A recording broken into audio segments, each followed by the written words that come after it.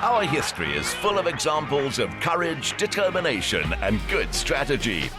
A new generation of Springboks can build on this heritage to make us just as proud. For Heritage Day, we thought we'd pay tribute to the sport that brings us all together. With World Cup fever well underway, I've come to the Springbok Museum for a true BOLLA experience. Inside, you'll find Joel Stransky's boots, Francois Pienaa's famed number 6 jersey, and our host, Dr. Hendrik Snijders, is an expert on our history of the game. Welcome to the Springbok Experience, and let me hand you something appropriate to wear. Oh, thank you. Home ground advantage. That's what you get. Let's get on it. This is a legacy that began in the 1860s and charts how the Springbok has come to represent the character traits our finest sports talents possess. The journey is traced in an interactive museum design. It's amazing to see how the Springbok jersey has changed over the years.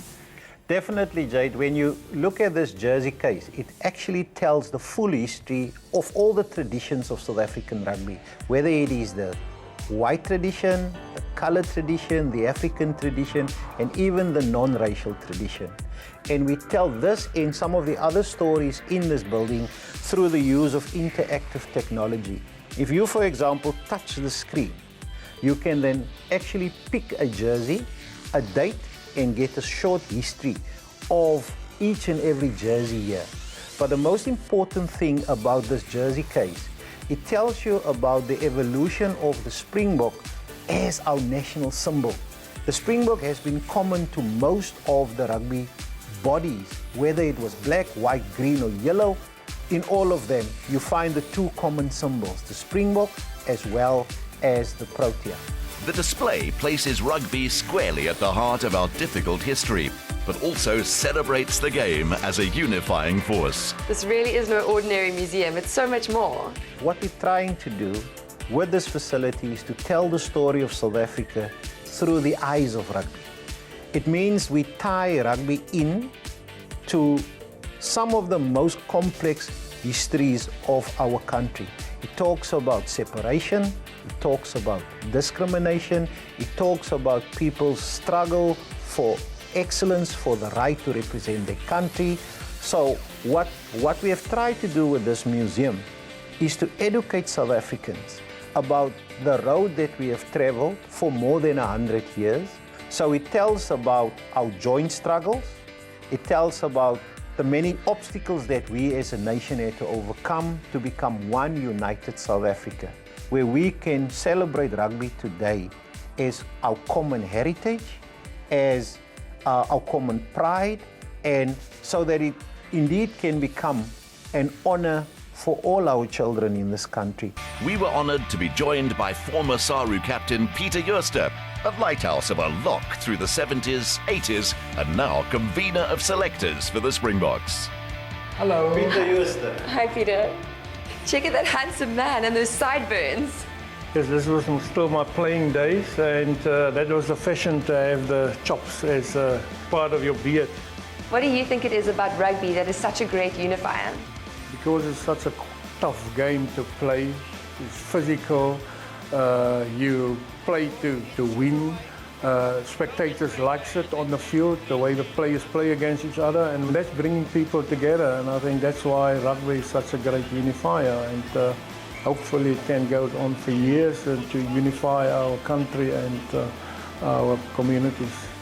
Our next 3 guests have all played in the era in which rugby went professional. With that, BOLLA CONRADIE, Pieter MULLER and EGON seconds have seen a surge in the technical skill sets demanded of players. This handoff challenge is a good measure of those. 52, oh my goodness. I'm going to maybe lose. Go! Come on, Jade. Pick up the pace. So close. But no cigar.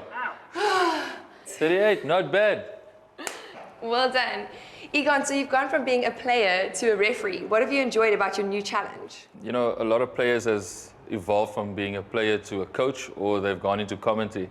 But I chose a different route. I think it was just another option to give back to the game. So all the challenges as a player has now just gone into refereeing, but I look forward to it, and I'm really enjoying it. Former Stormers and Springbok scrum half BOLLA CONRADIE was trying his precision passes against the best in the game. 90! That's going to be a hard one to beat. So what is it about rugby that you love so much that has kept you playing for so long?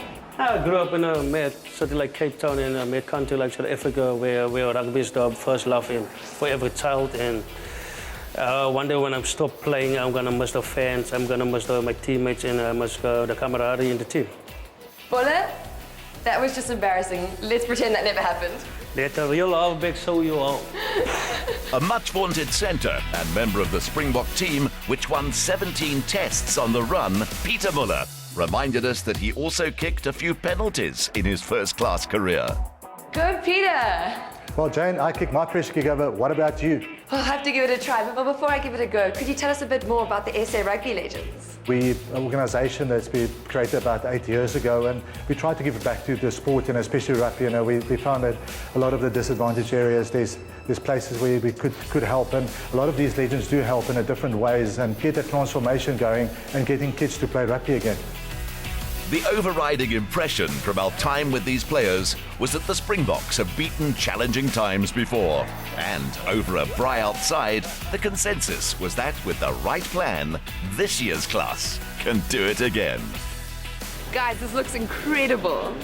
Yes, we really went all out for it. We've gone Cape Floral style, and because it's Springbok Rugby Fever, big bright golden rugby ball for the Heritage Day style, and some florals in the potjie parts. And Chef, what have you prepared for us for Heritage Day?